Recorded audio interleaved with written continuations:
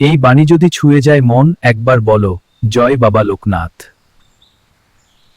জীবনের ঝড় যতই তীব্র হোক, বাবার কৃপায় সব ভয় দূরে যাক।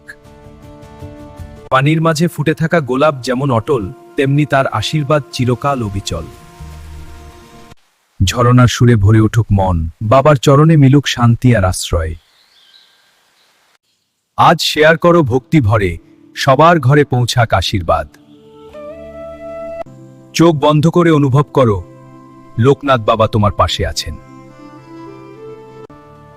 তোমার কষ্ট বাবার অজানা নয়, তিনি নীরবে আশীর্বাদ দিচ্ছেন। অহংকার ছাড়িস, বিনয়ী হলে তবেই শান্তি পাবি।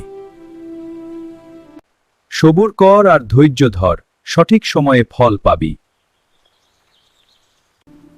বিশ্বাসেই মুক্তি মেলে, তর্কে কেবল দূরত্ব বাড়ে।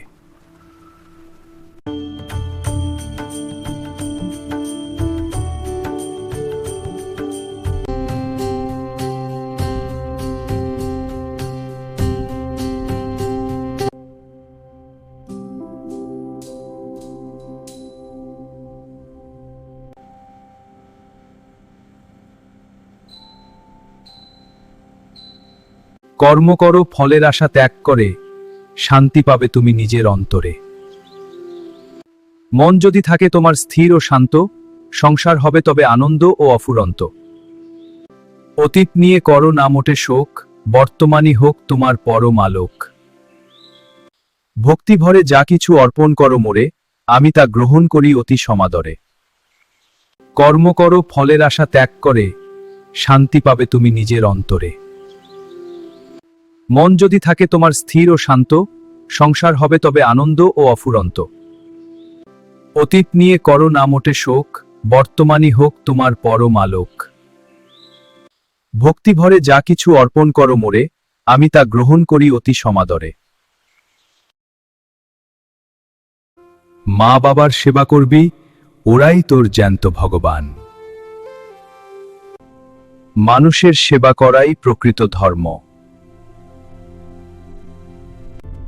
অহংকার ত্যাগ কর, শান্তি পাবি।